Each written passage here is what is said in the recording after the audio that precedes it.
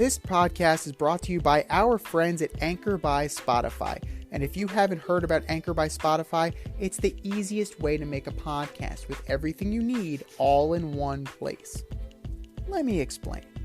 Anchor has tools that allow you to record and edit your podcast right from your phone or computer. No specialty training or equipment needed. When hosting on Anchor, you can distribute your podcast worldwide on listening platforms like Spotify, Apple Podcast, and many more. It's everything you need to make a podcast all in one place. And best of all, like I've been saying, Anchor is totally free. It's free. Download the Anchor app today or go to anchor.fm to get started and make your podcast dreams a reality. That's anchor.fm. What are you waiting for? Download the app. Well, it's a big show. Welcome to the Fade Route It's a big bad show tonight. with DNZ. Yeah, it's a big show. Here are your hosts, Cracking up, telling them lies. DNZ.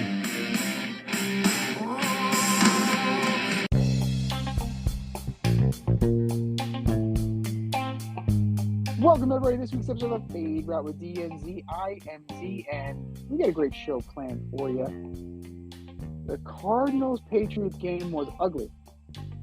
The Bucks game was equally as ugly. And Dunn did it again. Dunn did it again. But we are going to start with a new segment called Quick Hit.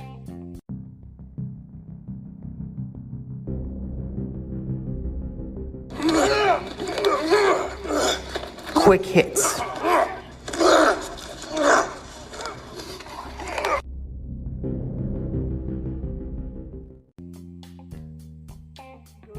Lightning round style. News of the day. First and foremost, Carlos Correa, 13-year contract to the San Francisco Giants. No opt-out, no trade clause. 1% of his annual salary goes to charity. Very big of him. Very big of him. Now, my concern is his back. 28, 13-year contract. There until age 41? I don't think so. Speaking of bad signings, Noah Syndergaard, 1-year deal to the Dodgers. They're going to regret that one very quickly. That gutless bastard doesn't want to be the ace of a staff. Absolutely not. He'd rather hide behind Clayton Kershaw and whomever else. He'll go fifth. I'll go fifth, and I'll skip the Mets here. That's fine. Speaking of former Mets, Chris Bassett, off the market. He's now a Toronto Blue Jay. Yeah, good job, Chris. Balked at a 2-year, balked at a 1-year, got himself a 3-year deal. We'll see. We will see. He's going to slot in ahead of Jose Barrios as your number 3. I don't know. That's a homer-friendly ballpark. Not looking good for one Mr. Bassett. And last but not least, going away from MLB free agency to the FIFA World Cup. Argentina knocks off Croatia. France knocks off Morocco. France is now going for its second consecutive World Cup on Sunday as they take on Lionel Messi, who's trying to become the legend, the GOAT that everybody claims him to be. The only thing missing is the World Cup. The only thing missing is the World Cup. And on a somber note, the passing of college football coach Mike Leach, 61, taken from us way too soon. He was out there, man. He was a cat. He was definitely an interesting fella. Revolutionized the game. He will be missed. And here he is. I've known this guy since our days on Carousel Shoes Flight, crew through and through, the last QB in St. John's history. What's up, D? How's it going, man? And Well, Let it rip. Yeah, loving the quick hit segment. Really rolled with that one. Yeah, Mike Leach, originator of the air raid system, which is fun for quarterbacks and wide receivers. He gave us Cliff Kingsbury. Oh, well. We'll Let's get start- to him in a second. Let's talk about the good things Mike did. Let's not shit on the guy. Jesus. Sorry, Coach. Rest in peace. Mr. Correa fucking just stealing money from the Giants there. We were talking about this in the production meeting. I mean, this is really just about them whiffing on Judge and not having a backup plan. And, you know, you're taking a guy, a 28-year-old guy who's already got a bad back. He had a bad back playing in Houston, and now he's going to San Francisco, where the weather is up and down. I mean, I don't know who they thought they were competing against. Who are you competing against? The guy took a one-year deal last year because nobody wanted to pay him, and nobody wanted him. You could have gotten a Dansby Swanson for half the years and half the price. You should have went harder after a Trey Turner or Xander Bogaerts. I think it's a bad move. I think it really hurts them. I mean, look at the Astros won the World Series without him. They didn't even need him. You're gonna build a team. You're gonna build a team around this guy. No, I hope they have some kind of, like you said, there's no opt out. There's a no trade clause. Like, he got everything under the sun in this deal, and they're just they're looking up at the Padres, and they're looking up at the Dodgers. I think it's a terrible deal. Yeah, I don't think Carlos Correa makes the Giants any better than they were, because, you know, you definitely need more thump in that order. Brandon Belt's not going to be there forever. Longoria is gone. Your outfield is no good. Buster Posey retired. Your outfield is no good. Your outfield is no good. Mike Yastrzemski is your best player. Like, he's 32, so he's definitely is who he is at this point in time. You know, would they kick the tires on a Michael Conforto? Maybe. Did he even play last year? He did not. He did not. He didn't play last year. He suffered a setback in his rehab, and that's why he didn't play last year. Andrew Benintendi's available. Do you go get Andrew Benintendi? The Giants need help. The Giants definitely. And then you mentioned, help. The World Cup has been awesome. Qatar, or Qatar, or however you want to say it, it's been great. Morocco's gone, so the Cinderella story is pretty much over. We're just looking at two heavyweights. And like you said, France is going to go to try to go back to back. Hasn't been done since 60 years. Mm-hmm. And then you're looking at, Messi trying to solidify his role in the game of soccer, so solidify his greatness by finally winning a World Cup.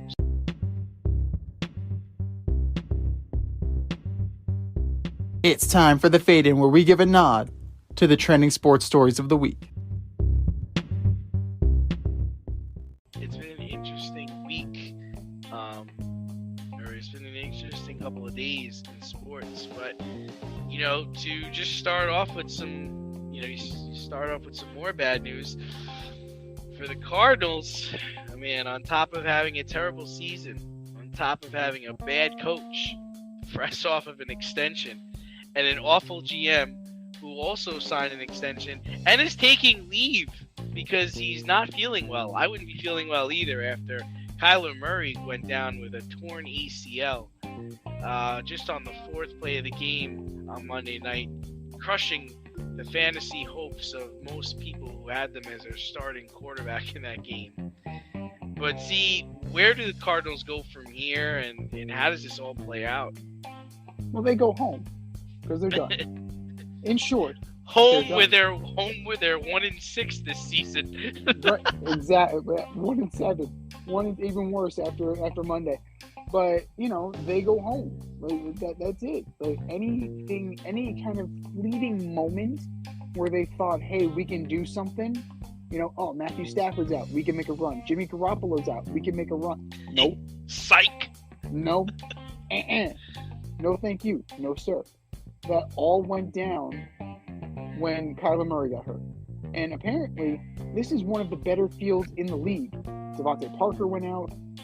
Kyler Murray went out. Ramondre Stevenson was being looked at. There was a list as long as my arm of guys that did not survive this game. Does this end the whole debate, but by the way, of how all these players are pushing for real grass? Because a lot of people got it, but the only thing I would say is that grass is shit grass. I mean, they roll it outside, give it some Arizona heat, and then they bring it inside. That can't be good for solder grass. But I'm saying, is that a way that we can put this whole argument to bed, or you think most people are going to play that's not real grass argument? I think that they're going to play the that's not real grass argument, and if they have to roll it out like some kind of carpet, it's not real grass. So I think that they have to go back to the drawing board, and that means that Mr. Kingsbury, goodbye. Mr. Kime, you might have to go too. Kyler Murray. But they can't, right, though? Because they just signed extensions. Like, they all just signed extensions. Right? That's never stopped any owner. That has not stopped any pissed off owner from making a rash decision. This team was built to be a playoff contender, and they have been nothing short of a disappointment all year. You don't make the moves you made, right? Hopkins, Hollywood Brown, Watt. AJ Green, JJ Watt, James Conner, trading for Robbie Anderson. You don't make those moves if you're just going to be an also-ran. This team has expectations, and you did not meet those expectations. You got to blow this shit up. You have to blow this up. And nothing Colt McCoy can do is going to improve what your situation is. They got outplayed by the Patriots, who are not good. No. The Patriots are no good. Their offense stinks because it's being run by a special teams guy and a defensive guy. Bill Belichick has lost his mind. Or he's just so ass bent on proving how much of a genius he is. Like, I'm trying to figure out what this is.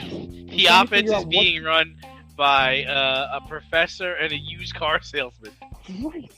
Like, it's being run, and their defense is being run by Steve Belichick. Children. Fucking Yes. children. Yes. I'm hurt, I'm old, I'm fucking tired, and I work with fucking children. Shout out to CM Punk. Exactly.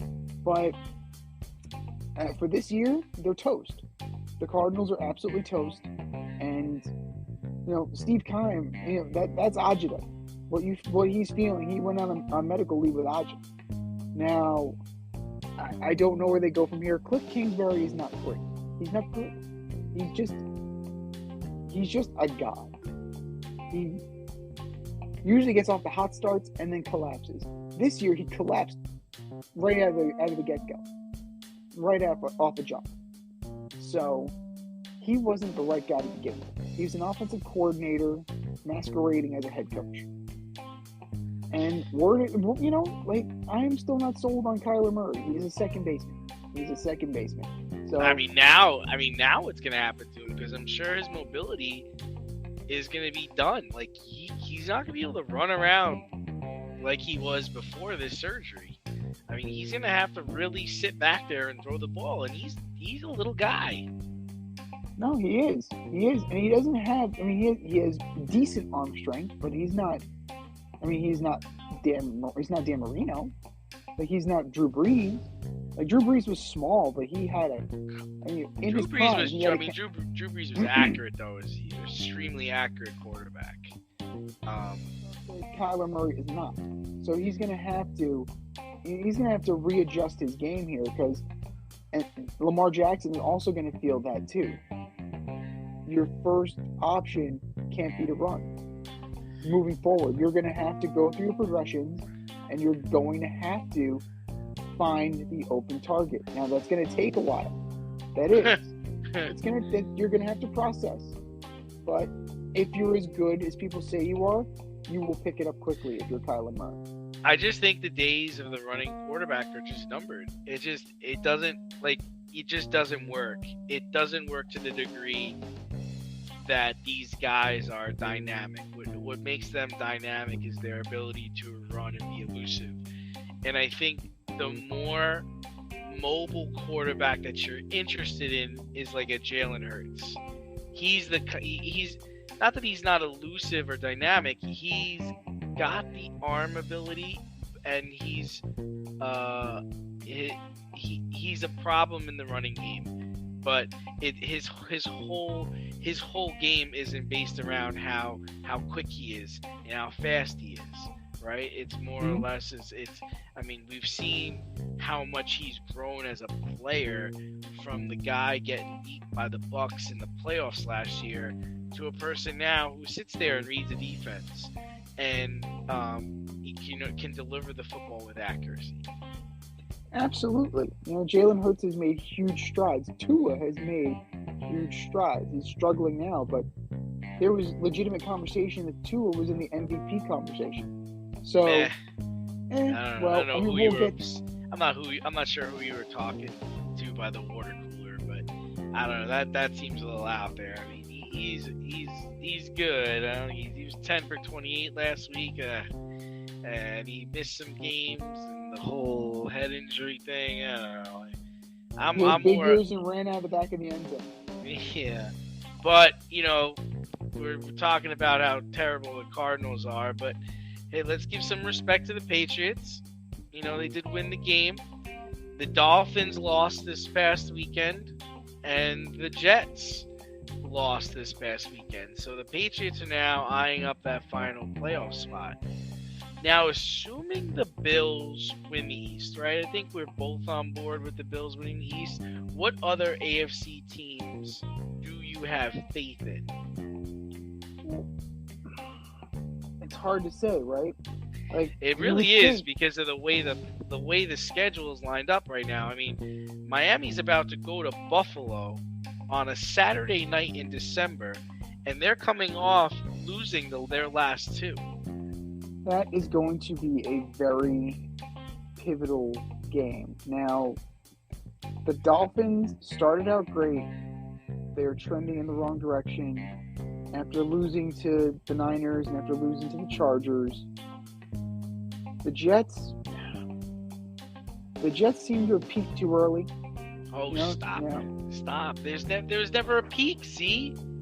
There's never a peak. What peak? What? They peaked when their quarterback threw the whole team under the bus? Is that the peak you're talking about? No, the peak was when they beat the Bills. Like that was the highlight. And they beat the Dolphins. So yes, there was no Tua, no Teddy, but they still beat this vaunted Dolphins team that we now have to, consider contenders. But I mean, of the bunch, I would say that the Jets defense is getting exposed a little bit. The Jets defense is what they would hang their hat on, and they're getting exposed for what they are. They're not ready for prime time. You have CJ Mosley jumping and clotheslining, Dawson Knox when he was trying to draw them offside. And they're just not where they need to be, especially if Quinnen Williams is out. But based on health, based on talent, you have to go with the Dolphins because they're loaded. Like, this is not a team on the come. The Jets are a team on the come. They're a quarterback away. Now, Mike White got wrecked. He absolutely got destroyed. His ribs are probably still hurting. But, I mean, there's something there, but the question is for how long? How long can Mike White be the guy? Now, they got smart, and Zach Wilson is now your backup. Flacco is, Joe is pretty much done. Like, Joe and his 6 kids can kind of, go do what he needs to do. But even with the recent run of, bad play and kind of just lackluster play, I would still say that the Dolphins are in more the catbird seat because even after the Bills, they get the Packers on Christmas. The Packers they're no good. You have the Patriots and potentially a showdown with the Jets for a playoff spot on January 8th. So by January 8th, there may be nothing to play for. We'll see. But schedule favors them. Roster favors them. It's hard not to think that the Dolphins are your second tier in the AFC East. Yeah, to me, I'm going to go with the Patriots. And the reason is their defense. I know it's run by children, but their defensive players and their scheme is quite effective. And they play they play Vegas this Sunday. Then they play the Bengals at home. And the last game is the Dolphins at home. So they are very much in control of their destiny. Like I said, we both agree Buffalo is superior. To me, the Dolphins, I think they came out the gates and nobody expected them to be as explosive as they were. And I think what's hurt them is their schedule. Their schedule's just been brutal. I mean, they stayed in California last week, because they played the they played the Chargers. But the week before that, they played the 49ers. So they were away from their wives, their children, their families for 2 weeks. Stayed on the coast, and now they got to go up to Buffalo in December, man. At night, man, that's tough. So, and then they finish up with New England, in December, which is still going to probably January, which is still going to be really cold. And I don't like their chances in those games. As far as the Jets are concerned, the Jets are a circus. The Jets are a fucking circus. They're raising Zach Wilson to the number 2 this week. Why? Do you see Salah's press conference? Oh, he's showing that he's taking practice seriously and he's holding himself accountable. He's on a regimen. He's a fucking adult. Why wouldn't he? Why are we giving him credit for this? This is the reason why he's moving to number 2 and he's playing really well against our defense. God, I hope so. It's fucking practice. Like, what do you mean? Like, he was the number 2 pick in the draft. Why are you giving him credit for stuff that he should be doing? And I just don't think these are reasons to move him up to number 2. And the reason why I say this, Z, is because Mike White has 2 rib fractures. So if he gets hit the wrong way or falls the wrong way, he's got to come out of the game again. So now Zach Wilson's going to go in. Like, why are you creating this fiasco if you don't want the fiasco? Why did 2 inches away from being Tony Romo? But why did Zach Wilson was in street clothes for like the last 2 or 3 games, but now in a situation where you're really gonna need your number 2 quarterback, now he comes up, now he dresses? It just doesn't make sense to me. Like, I just wish they would just say what's going on. They're not. They're beating around the bush and they're not being honest with us.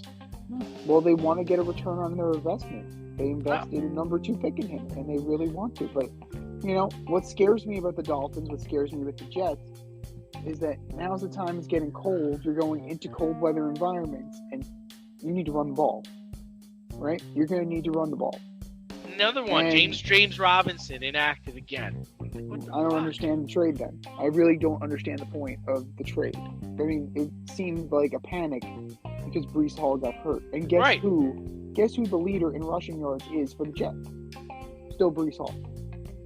So, but the other part is that I was like, how you're evaluating talent. If you knew you had this guy Bam Knight since training camp, why are you going out and trading for James Robinson? Like, do you not know the players and the talent you have on your team? The guy can't. He's not good enough to dress. He can't even put on a helmet. And with the injury to Etienne, he'd be playing right now in Jacksonville. Yeah. I feel bad for him. But then, Michael Carter's moving his way down the pecking order anyway. So if Bam Knight is the guy, and he certainly is playing like he wants to be the guy, he'll definitely inject some life into this rushing game, which is 20th in the league. You know, they need to do something. You know, one of the few teams that's actually worse than them is the Dolphins. With the mobile Tua and the old San Francisco 49ers backfield. Like, that was McDaniel's move.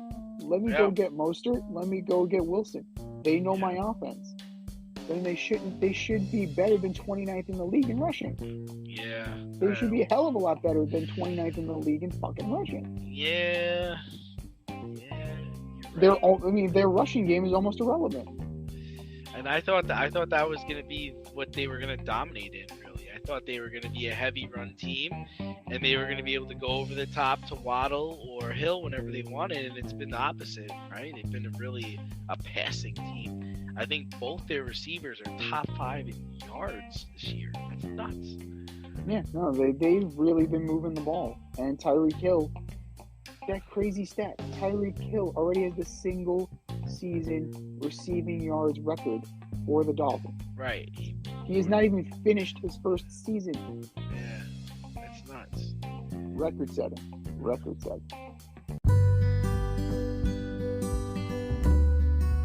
Avoid messy accidents. Get better stopping power with your brake pads. Callahan brake pads. You never know when you'll be driving in the road and there will be a truck tire that you need to avoid and save your family.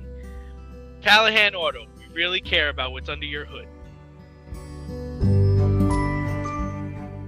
But speaking of records, the Bucs and Tom Brady took a blow to their record, losing 35-7 to Mr. Irrelevant Brock Purdy and the San Francisco 49ers. After the game, Trey Greenlaw asked Tom to sign the ball that Greenlaw intercepted during the game.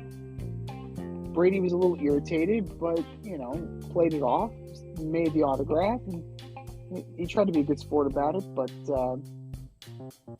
is it a low blow to ask the guy you picked off for an autograph after the game, or what?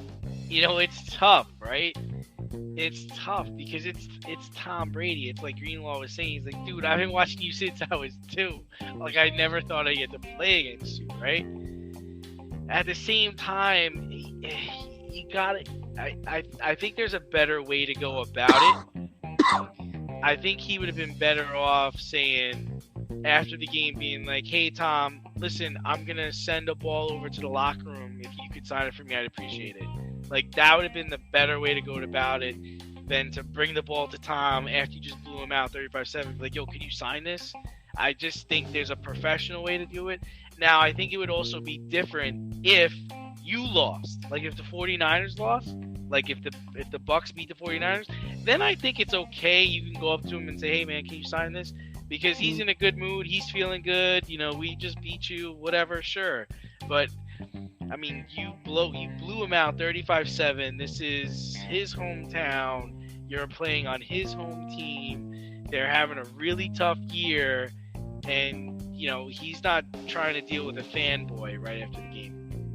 No, he's not. It did have a little bit of "you mad, bro" from Richard Sherman. There's a little bit of that. I mean, the only difference is that Brady was chirping at Sherman during the game, and that's why Sherman went back at him. But there was definitely that element to it of like little post game. Let's tweak Tom a little bit, but it was in good nature. Should he have done it then? Probably not. I'm in agreement with you on that. There's a time and place for everything. You do it where the cameras aren't, and I think that would enhance your reputation on that. But let's talk about this NFC South for a second here. Like, nobody wants it. Nobody wants to win. Nobody wants it. You have the Bucs at 6-7. Desmond Ridder is going to start for the Falcons. Benching Mariota, but it's a performance based. Well, hold on. I thought he's going on IR, right? Isn't he going on IR? He's got knee surgery. He's out. Yeah, but they're also saying that it's performance based for Desmond Ridder. So, like, either he's the guy or he's not the guy. It's either he's the guy or the practice squad quarterback you had to call up as the guy. I mean, So, they're 5-8. They're what, 2 games back? Yeah. He's not doing that bad of a job. You know, the Saints and Andrew Dalton, you know, they're doing their thing. And the Panthers, they got rid of everybody, including Matt Rule, and somehow they're surging. They're in second. With Sam Darnold under center. So, you know, this is the Bucs division to win. This is the Bucs. This is what they. This is what. So they you should got be so you doing. got the Bucs winning the division. They should. They have to. They are far and away more talented than any other of those teams. They just seem stale. Letdown. They just seem stale. They just seem like their offense is just so stale, and their defense is all of a sudden like so beatable. You know, you might think I'm crazy, but I think the best team in this division is actually the Saints, because I think the Saints actually have the best defense out of all these teams. The problem with the Saints is their offense is so inconsistent. For some godforsaken reason, they want Andrew Dalton to play quarterback and not Jameis Winston. And they stop throwing the ball to Kamara out of the backfield, and they're just looking for Chris Olave. Like, their offense is just a shit offense. Meanwhile, it underscores coaching, right? Bruce Arians is gone. Todd Bowles is in. The Buccaneers suck. You know, Sean Payton is out. Dennis Allen is in. The Saints are inconsistent. Matt Rule is out. Steve Wilkes is in. All of a sudden, the Panthers are surging. The only constant is Arthur Smith. Yay! So wait, you're trying to. I mean, yeah, I get what you're saying. Bruce Arians is gone, but the offensive coordinator is still Byron Leftwich. Brady is still making the decisions there. I don't know if that's so much the story for the Bucs. It's just a stale offense. Like they drop the ball. Like he sails passes. He underthrows people. People run the wrong routes. It's the same fucking story. They don't have a tight end. Now the defense sucks too. The defense losing to Brock Purdy? Seriously? After they rocked his shit on the first play of the game, like he got lit up on the first play of the game. Dude comes back and scores 3 touchdowns against them, like with no problem. No, the kid was poised. The kid was amazingly poised. I mean, we had them dead in the water. I'm pretty sure we both picked the Bucs last weekend. No, I picked the Niners. Oh, you did? I took the Niners on the strength of their defense and on the strength of their running game. And you know what? He's not going to, if Purdy has to throw more than 20 times, like he threw 21 times, 16 to 21, 185, 2 touchdowns. If he has to do what Tom Brady did, the Niners are in trouble, because Brady went 34 for 55 for 253. Like, he was getting straight blown out. But the Niners defense is so far and away the best defense, at least in the NFC. I will couch that by saying it's the best in the NFC. And this kid was playing scout team against them. And you know what? I believe in Fred Warner when he says that. This guy went toe-to-toe with the best defense, and he held his own. So if he can do it in practice, then he can hold up against lesser defenses. And you know what? He looked poised. The balls looked good. He got the ball out quickly. His ball looked good. His balls look good. His balls look good. Good. They were where they needed to be. They were plentiful. They were plentiful. The scoring was plentiful. Absolutely. I don't know. I don't think he could go into a Philadelphia. I don't think he can go into a playoff game and win. I think and there's no tape on him yet. I think there'll be tape on him now. There's a reason why he was like the last pick in the draft.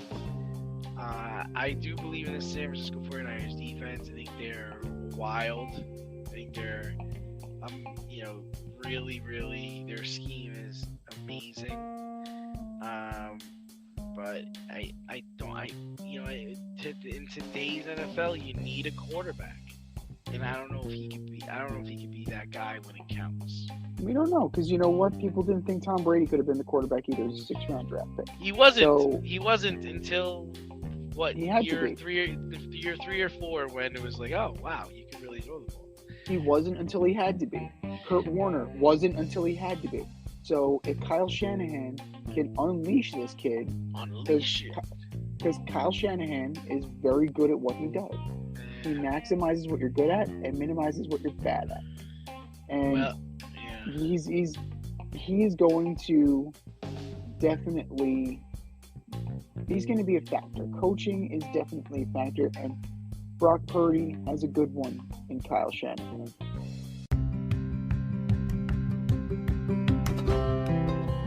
Do you love brownies? Of course you love brownies. But you know what's better than a brownie? A delicious, handcrafted, gourmet brownie delivered right to your doorstep. That's what our guys at Sweet Life Brownie Co. offer. Chef Tommy D and the crew offer a dozen delicious delights that you will crave, from the classic OB to Dutch apple to campfire s'mores and many more. Check out their website, sweetlifebrownieco.com, for their Friday brownie drops.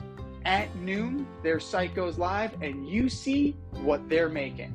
Since you're there, become a site member and earn points. You earn 50 points just by signing up. Make sure you follow on Instagram and Facebook too, at sweetlifebrownie_co, for the latest updates and their latest releases and creations. That's sweetlifebrownieco.com. Give them a call, 845-641-3043, and tell them D&Z sent you. That's sweetlifebrownieco.com, 845-641-3043. Sweet Life Brownie Co., because there's always room for a brownie. But speaking of a good one, son of a bitch did it again. Every time we count this guy out, every time we count him out, Baker Mayfield tells us to eat it. Now, a lot of that could be the fact that they were playing the Raiders. You know, they were down 16 to 3 in the fourth quarter. Jeez. Leads the comeback, and the Rams beat the Raiders 17-16. And you know, the slim hopes are alive in Los Angeles as they improve their record to 4-9. And Baker was out there playing street ball. Like, he was out there playing street ball. What playbook? Fuck the playbook. Who cares? 98-yard touchdown winning drive over the Raiders. So how did this help Baker Mayfield's stock? Did he earn himself a contract with that win? Well, I mean, I don't know what him and his agent are doing, because if I was Baker, I would have went into the GM's office the very next day and be like, listen, I want to be here. I want to win here. Give me a 1-year deal and give me time to learn this offense. And I want to compete with Matt Stafford next year for a starting quarterback job. And this is his opportunity to do that. You know, I don't believe in Baker anymore, especially after everything that's happened over the last year and a half. Like his fall from grace. I mean, I think we both thought he was going to go into Carolina and at least be competent, and he wasn't. I mean, Sam. On spite alone. No, yeah, right. On spite alone. Yeah. And he just wasn't. He wasn't. And they have players there. Like, Carolina's a decent team.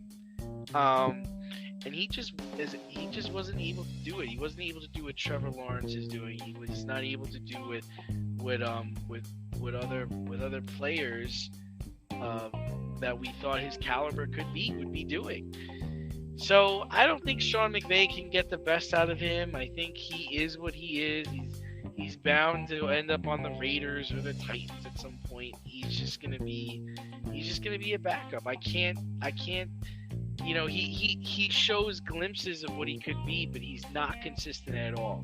I mean, if you think about it, this was the guy that got the Browns to the playoffs. They had a lead on the Chiefs. Then he gets cut and nobody picks him up. Doesn't clear weight. He cleared a whole bunch of teams before he finally got cleaned by the Rams. So, no, I don't. I think he should he should ask for a contract from the Rams, especially they're a team that doesn't have any draft picks, right? And if you look at the trade that they made, Goff for Stafford, Goff is having a great season. Things are looking really good for Jared Goff. So you're not going to be able to get another free agent in there. Matt Stafford's your guy. You're not going to get like a top 10 or top 15 pick anytime soon. So Baker Mayfield may be that option. I mean, he's worth a flyer on just the same way he was worth a flyer on before. Matthew Stafford is injury prone. He was injured in Detroit, but he played through it. Why, I don't know. But you need a veteran backup in this league. John Wolford, I don't think he's not the kind of guy who gets you where you need to go. Baker Mayfield, the flashes are there. He is, when he's on, he is dangerous. He is a dual threat quarterback. But when he is off, it is atrocious. It's a train wreck. It's an absolute train wreck. Now, I just described to you the perfect Las Vegas Raider. Right. You said it first. You absolutely said it. Like the way you described him sounds like a Raider already. So they weren't that far off. If you look at it, Derek Carr averaged 6.9 yards. Baker 6.6. So they're not that far off. In terms of arm strength, Baker's got a decent arm. He's certainly more mobile than Derek Carr. So I think he can inject a little bit of life, a little bit of spunk into the Raiders. I don't know if the Titans would touch him. I don't think Baker makes the Titans appreciably better. I don't think he's that much better than Ryan Tannehill.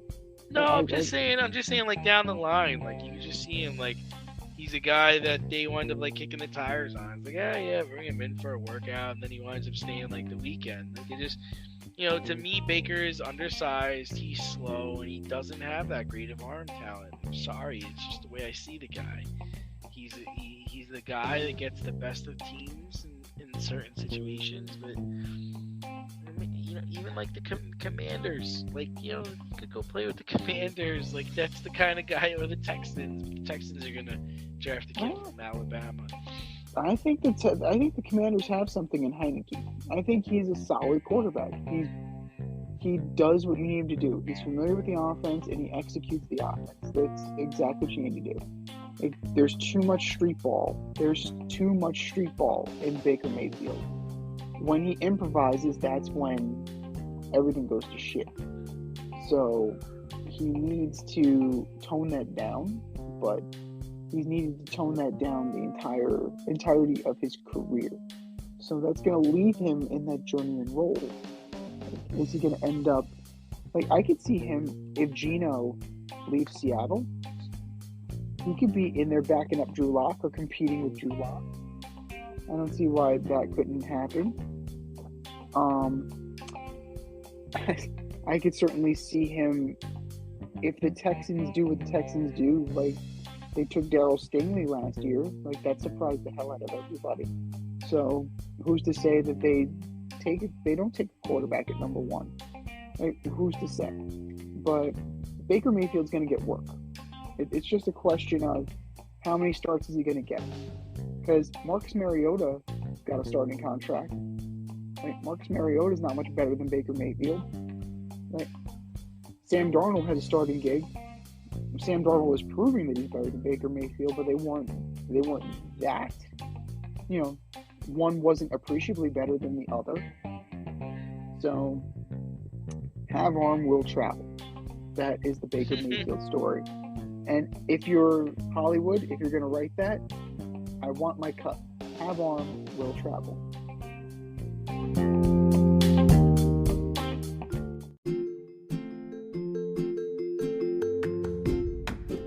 You can't help but smile when you see a balloon. the simplest occasion is a party. Westchester Pop Stars, located in New Rochelle, New York, offers balloon styling and decor for all life's events. Birthdays, anniversaries, weddings, showers, school and corporate events, store openings, or just because.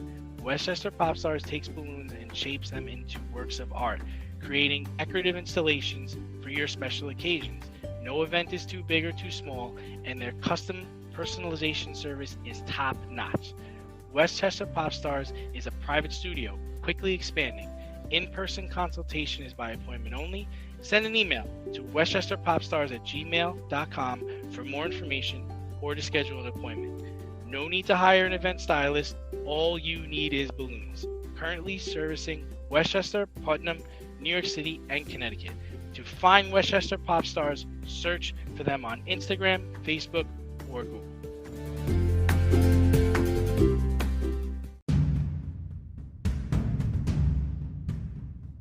More or less?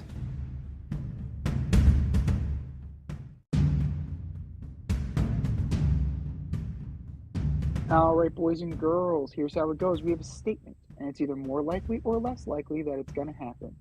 More or less. Number one, the Yankees will trade for Fernando Tatis Jr. I gotta say less likely. I've been hearing this report. I don't know who started it. I don't know if it's you or somebody else. I just don't. I don't know what the Yankees are gonna do, but that seems just like absurd if that's the direction they're gonna go in. I think they're gonna need to cough up some money and get Rodon. If they don't do that, I don't. There's not a lot of moves left for them to make. There's not a lot of other players out there that fits what they're trying to do. So I'm sticking with less likely. I'm going with less likely too, just from the simple fact that A, he's injured. B, he's on a steroid suspension. And C, he's on that ridiculous contract. I mean, seriously, what would Cashman have to give up? If I'm AJ Preller, it starts with Dominguez, Volpe, and Peraza. And I was talking to my girl today, and I said, okay, I'll take those three guys and Nestor Cortez, and you can have Fernando Tatis Jr. And she was like, no, absolutely not. You need Nestor Cortez on this team. But would they be willing to do, the Yankees will pay, 80-85% of that contract if you take Aaron Hicks off the books, if you take Josh Donaldson off the books, if they've had enough, if they've seen enough, and they move GC, if they move Stanton. So it's an old Yankee move. I don't think it's a new Yankee move. So I'm going to go less likely as well. But you think that deal would get it done if they said top 3 prospects and Cortez? Yeah, I do. I think so. But why? Right. But why would it benefit the Yankees? Right. Why would you do that now for him? Like, there's so many red flags with this guy. I mean, he hasn't played.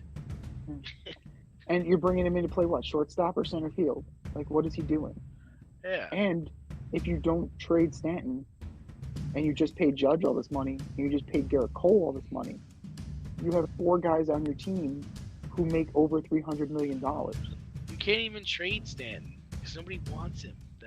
That's a disaster. I think if you eat, and that's the thing, that's where you and I disagree. I think if you're willing to eat enough money, you can move any contract. And there are plenty of guys, there are plenty of albatrosses that the Yankees could possibly take on, Josh Donaldson, that would make things enticing, because they can move those contracts and then have a reunion with Gary Sanchez to be the DH. Gary's unemployed at the moment, isn't he? Gary is a free agent at the moment, so I like how you call him a free agent. he's unemployed. He's fucking unemployed. Oh Jesus, he got sent to the line. Oh my God! But no, Tatis. It's just there's so many things that are just non-starters that it's absurd. More or less. Number 2, Devontae Adams will have 6 catches and Oh, over 100 jeez. yards this weekend against the Patriots. Oh my God. I am going to say less likely because I think what they're. I mean, the Patriots like to take away what you love to do, and I just feel like they're gonna Ocho Cinco him, where they're gonna put a man over the top of him, and he's gonna be locked in with the guy all game. So they're gonna be like, all right, yeah, throw it to your other wide receivers, and we'll let Jacobs run the ball because we have like the number 5 run defense in the league, and I think that's where they're gonna net out. So I'm saying less likely. The cream rises to the top, so I'm going to go more likely, just from the simple fact that something has to give. Either you Yeah, stop the run or you stop the pass, one or the other. And I think that Adams can have 6 catches for 100 yards, and the Raiders can still lose. oh well, the Like, Raiders are gonna lose. the Raiders are going to lose, There's of that's course. not a doubt. It's just But it's like he can, you can let him eat, and you can still beat the Raiders. So Devontae Adams is talented enough that he'll get his, and he's been getting his all year. 1,247 yards, 12 touchdowns, 82 receptions. Like, not bad for a guy with Derek Carr as his quarterback. You know, it's been a drop off from Aaron Rodgers to Derek Carr, but he's still putting up numbers. He's still doing it, and at some point they're going to get Waller back. At some point they're going to no. get Renfro He's back. playing. They're playing Yeah. this. They're playing this weekend. They just came Yeah. off IR. So, yeah. So, I mean, the cupboard is not bare. So it's possible that he can get his. It's absolutely possible. Still not enough for the Raiders to win, but he can definitely. Adams can definitely get his. More or less, number 3, Lionel Messi and Argentina will win the World Cup. I'm going less likely. I'm thinking France is gonna pull it off, just because France to me is the more complete team, and they're doing this without arguably like 2 of their best players. I'm all in on France. I don't think Messi is gonna get it done. I'm going to go more likely. I think that this, if not now, when? Because Messi's done after this. I have a feeling that he's not long for the national team. You're going to start bringing in more young guys like a Tati Castellanos. You already have that influx of youth, so this is the time. Higuain is gone. Di Maria is going to go out the door with Messi. Like, he's got to make it happen. And the one thing that Messi does and does well is he's a distributor. He's out there like a point guard. Yes, he's walking the majority of the game, conserving his energy, but when he gets the ball, that quick twitch, he's very good at that. And he puts the ball in spaces where his teammates can get it. And then, by the grace of God, he gets the penalty kick, and he shines. But France is very good. They're going to give Argentina a run for their money, and it'll most likely go to PKs. I have a feeling. I got this feeling right now that it's going to be 1-1 in PKs, and Argentina will pull it out in penalties. But if he makes the move to MLS, he's going to close out his career. Like, that means that signals that he's winding it down when he's going to Inter Miami. So for me, like, this is it. This is where the rubber meets the road, and this is where Messi gets it done. A bonus, more or less, number 4. The LA Clippers are going to be a problem this year. Yeah, I'm gonna say it's more likely. I think the West is up for grabs. We saw how the Jazz got up to a hot start, and we're really giving teams a problem. We're unbeatable, and the Clippers are working on getting healthy still. They're also an extremely deep team. You know, their second unit is better than, probably got the best second unit in the league when it comes to depth. So I'm going to say more likely. It's more likely as well from the standpoint of the depth, but what do they have that other teams don't? A superstar that plays defense. When Kawhi Leonard is out there, he is a defensive stopper, in addition to being a very good to great player on a nightly basis. Now, they're stacked. They're stacked, right? You have John Wall, you have Reggie Jackson, Covington, you have Nicholas Batum, PG-13. I mean, come on now. Like this team is loaded for bear. And even so, they're still only 16-13. So all you have to do is hang around. Hang around, stay healthy, get whole, get hot.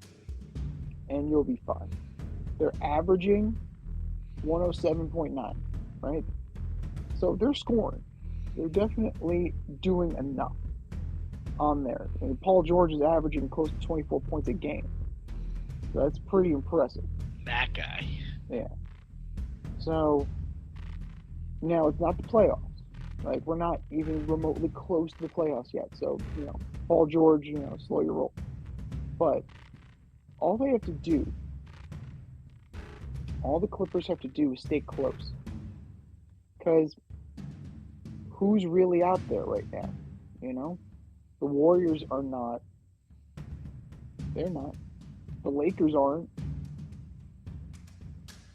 What, the Pelicans? You're scared of the Pelicans? You're scared of the Grizzlies? The Grizzlies might stay. They might stick around. Are you concerned with the Denver Nuggets? They're due for another injury. Like the Blazers, the Kings. Like it's about time the Sacramento Kings are good. They've sucked for 20 years? It's about fucking time that the Sacramento Kings are good. But I don't think that I don't think that any of those teams that I just mentioned are as deep or as good as the Clippers. Right now, they're in the mix with the Jazz, the Mavericks, and the Warriors. Of those four, the way teams are playing right now, I don't see why the Clippers wouldn't advance. I don't see why they wouldn't be one of those teams that advance. But all they have to do is get whole and get hot at the right time, and they can definitely surge upward in the Western Conference standings. Need some last-minute fantasy football advice? Then the boys at the Fade Route have you covered. Tune in every NFL Sunday to Red Light, Green Light 1, 2, 3 with DNZ. D and I give you our top 1, 2, 3 fantasy starts, or green light, and fantasy sits, or red light. That's Red Light, Green Light 1, 2, 3 every NFL Sunday during the season. You can find us on Apple Podcasts, Spotify, and wherever you get the Fade Route. That's Red Light, Green Light 1, 2, 3 with DNZ. Every NFL Sunday during the season.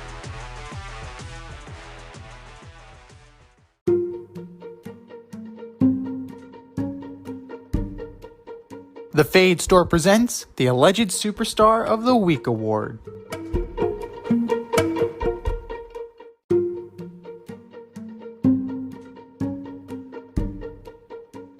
All right, boys and girls, you know what time it is. It's time for the Alleged Superstar of the Week. You know how it goes.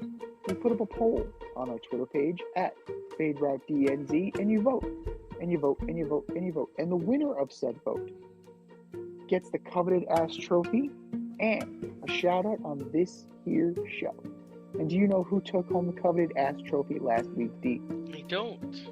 One Mr. Baker Mayfield. Son of a bitch did it to us again. He did it to us again. But that was last week. This is this week. Who are your nominees for Alleged Superstar of the Week, D? All right, first up, I've got Alleged Superstar Anthony Davis missing 2 free throws in the last 30 seconds of the game.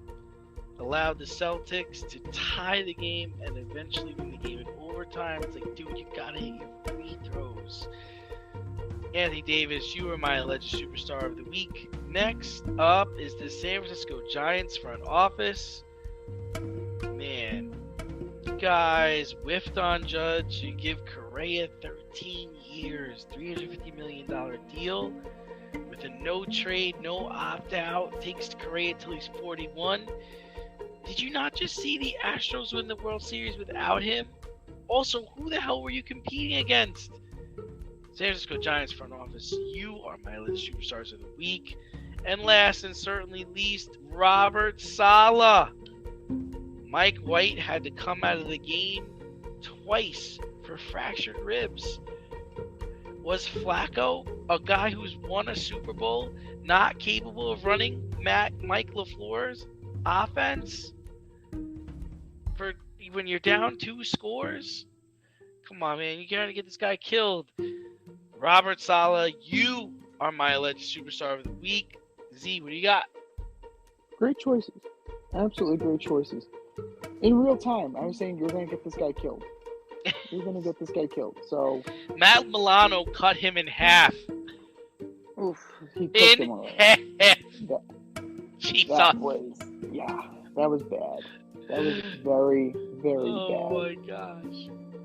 So, for me, I'm going to start with Skip Bayless. For his comments on his show, Undisputed with Skip and Shannon, where he went a little too far with Shannon Sharp and somehow made it a personal attack on Shannon Sharp, saying that Tom Brady was better than Shannon Sharp was. How the hell are we comparing a tight end with a quarterback? First and foremost, that's not even the dumbest thing Skip Bayless has said. And I'm not covering a lot of ground here because Skip Bayless has said so much dumb shit, I don't know where to start. So there's that.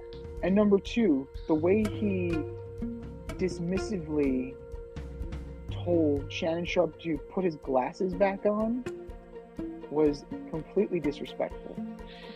And note to Skip. Disrespecting your co-host for disrespecting Tom Brady is not cool.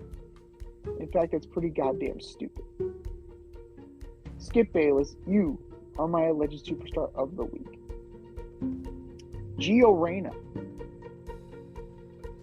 Team USA midfielder and future of American soccer, called on the carpet for his lack of effort during the World Cup.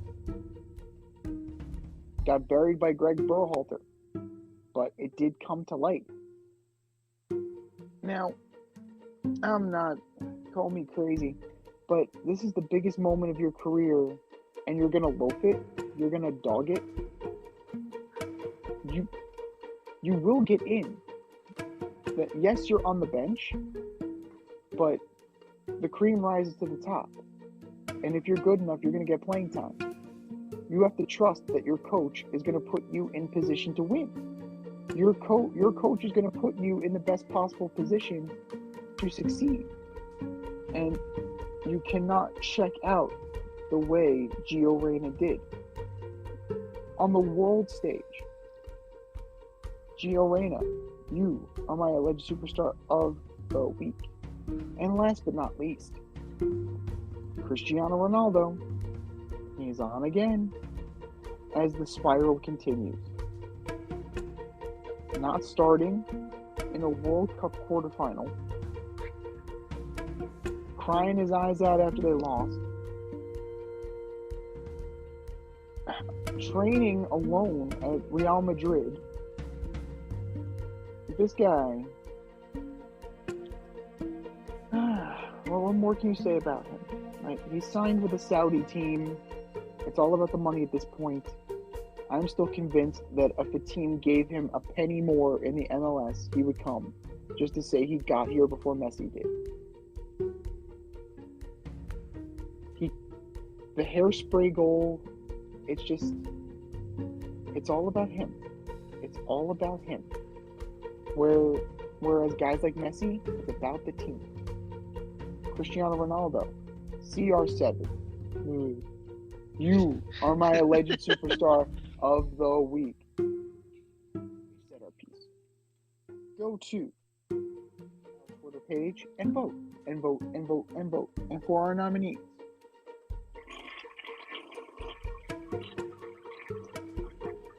just do better, boys. Just do better.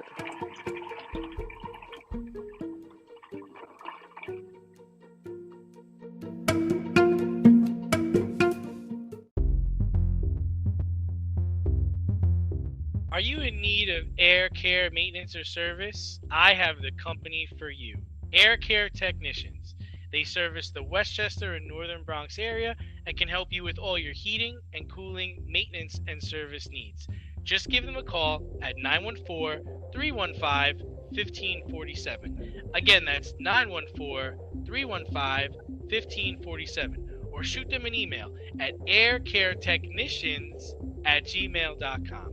These guys are the real deal as they are veteran owned, licensed, and insured. Make sure to tell them that D&Z sent you.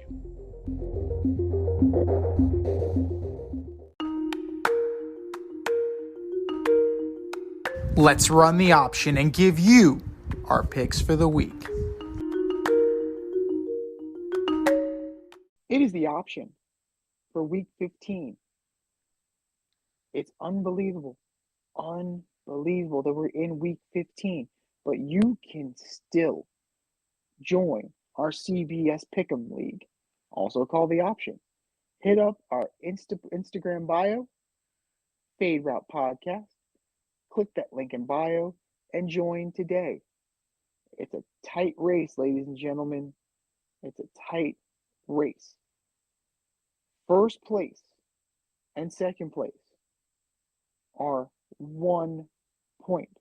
It is between myself and the lovely Rita Sanchez from Austin AYSO, separated by 1 point. D and Foxy are right behind, 2 points behind. And Zach is still coming on strong. He's going to catch us. One big week is all you need.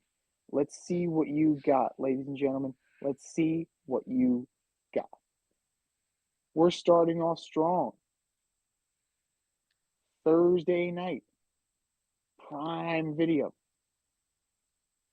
Brock Purdy takes the San Francisco 49ers at 9-4 into Lumen Field for a division matchup against the 7-6 Seattle Seahawks.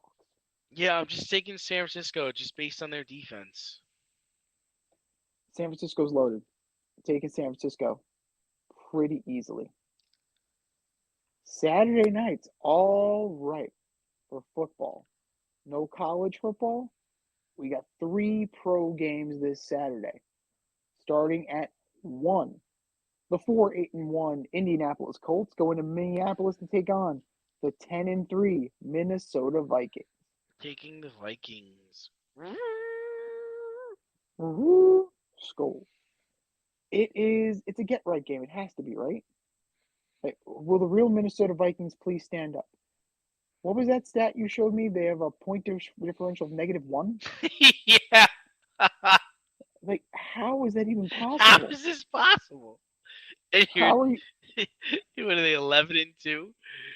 Yeah, they're 7 games over 500, and they have a point differential of -1. That's They're 10 crazy. and 3.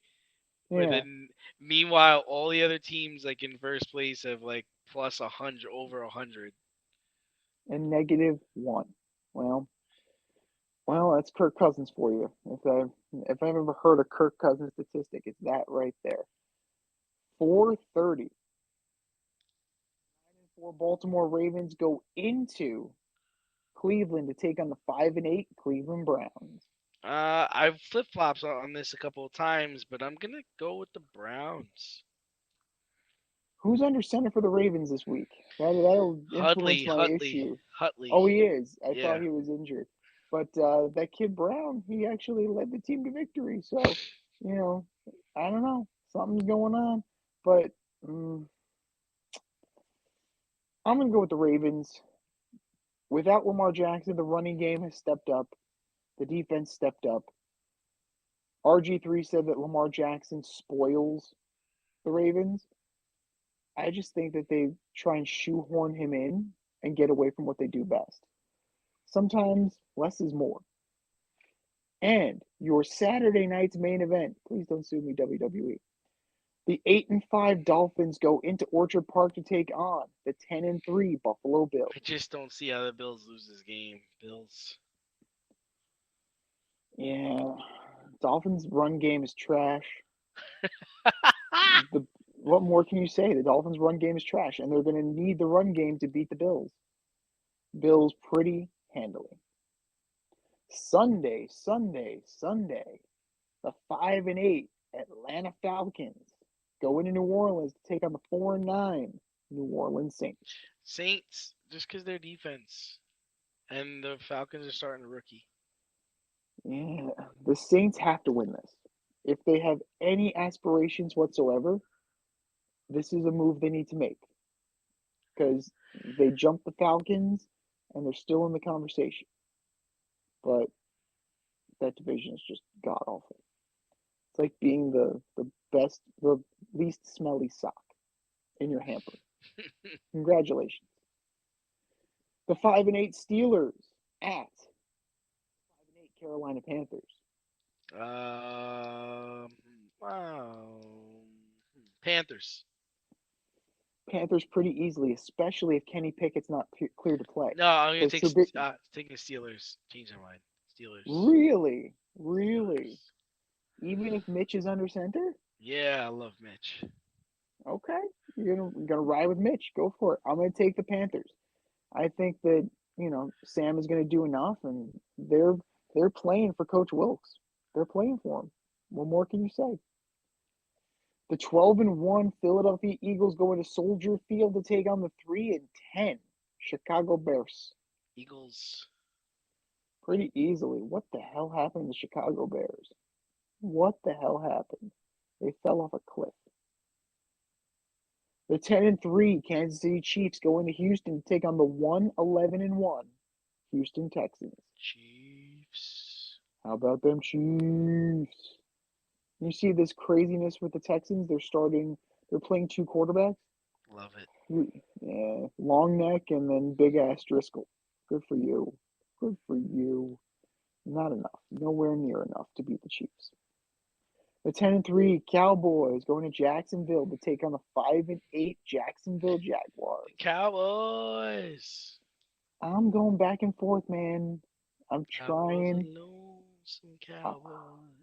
I'm trying to not take the Cowboys. I'm trying to sell myself on the Jaguars. I'm trying really hard. It's not working. It's not working. Fuck it. Why not? What's the worst that could happen? I'm going to take the Jags. Why not? They play hard. They play tough. The Cowboys are due for a stinker. The 6-7 Lions go into MetLife to take on the 7-6 Jets. Jets. Ah, Jesus. Oh, I'm gonna take the Jets. Interesting. I'm going to take the Lions. That defense plays. That running game is good.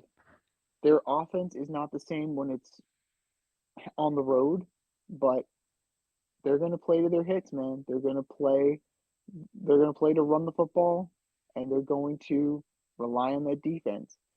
And with those ribs, I don't think Mike White finishes the game. He's going to meet Aiden Hutchinson, and he's going to get very acquainted with him. So we are going to see. I think we're going to see Zach in the second quarter. I'm going to call it. Zach Wilson's in this game in the second quarter. We're in the 4 o'clock hour now. The 4-9 Arizona Cardinals, led by Colt McCoy, go into Mile High to take on the 3-10 Denver Broncos. Believe it or not, I think the Cardinals are gonna win. Oh my God, that's crazy. Denver's just so bad. It's amazing how bad they are. They're just so And bad. Russell Wilson is going to finish the season with fewer touchdowns than bathrooms in his home. Like, that statistic is still, I mean, it's a bullshit statistic, but it's hilarious. It's absolutely hilarious. Yeah, I'm gonna take the Cardinals too. I think the Broncos are just hot garbage. Like, even with Colt McCoy. Colt McCoy's good for a couple wins, but how the Broncos have fallen. The 7-6 New England Patriots go into Allegiant Stadium to take on the 5-8 Las Vegas Raiders. Patriots.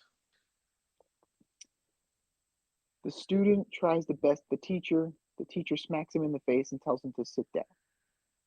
Pretty much how this is going to go. Patriots handling. The 7-6 Titans go into SoFi to take on the 7-6 Los Angeles Chargers. Chargers. These are two teams you can't trust. He's straight up. Like when you think the Titans are going to do well, they shit the bed. When you think the Chargers are going to do well, Brandon Staley does something stupid.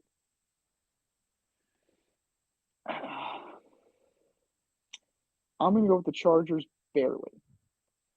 We're going to see our man Dicker the kicker, and he's going to do what he needs to do. He's going to handle his business. Dicker the kicker is going to handle his business. That is it, and that is all. The 9-4 Cincinnati Bengals go into Raymond James Stadium to take on the 6-7 Tampa Bay Buccaneers. Bengals. There's no reason why the Bengals can't handle this. The Bucs are just god-awful right now. Their Sunday night special. The 7-5-1 New York Football Giants go into Landover, Maryland to take on the 7-5-1 Washington Commanders. The Commies. I'm going to take the Giants. I'm going to take the Giants. This is a must-win. This is a must-win. Wink Martindale needs to figure some shit out because his defense can't stop a nosebleed right now. Saquon Barkley is running up the middle again. They need to figure out what made this team unique, what made this team good. Swing passes. Get him out in space. And you know what? Maybe, just maybe, they'll be able to pull this one off. Your Monday night delight, the 4-9 Baker Mayfield-led Rams go into Lambeau to take on the 5-8 Green Bay Packers. Packers. Yeah, it's got to be. It absolutely has to be. Like, have there been two more disappointing teams? Probably not. And you want to throw the Bucs in there too, but the Bucs have better records than both of these guys. So I'm gonna go with the Packers narrowly. It's fantasy playoff time, so nobody's on a bye. Deploy everybody you got. This has been the Fade Route with D&Z. Thanks for tuning in tonight.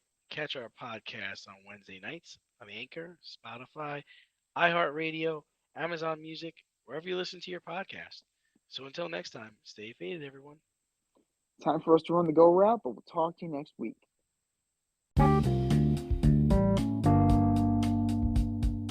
If you want to get in on the action, we want to hear from you. Hit us up, faderoutemail@gmail.com. Slide in our DMs on IG @FadeRoutePodcast. Drop us a DM on Twitter @FadeRouteDNZ. Comment on our YouTube channel, The Fade Route with DNZ. Questions, comments, picks, segment suggestions, you name it, we want to hear from you. Get at us, in crowd.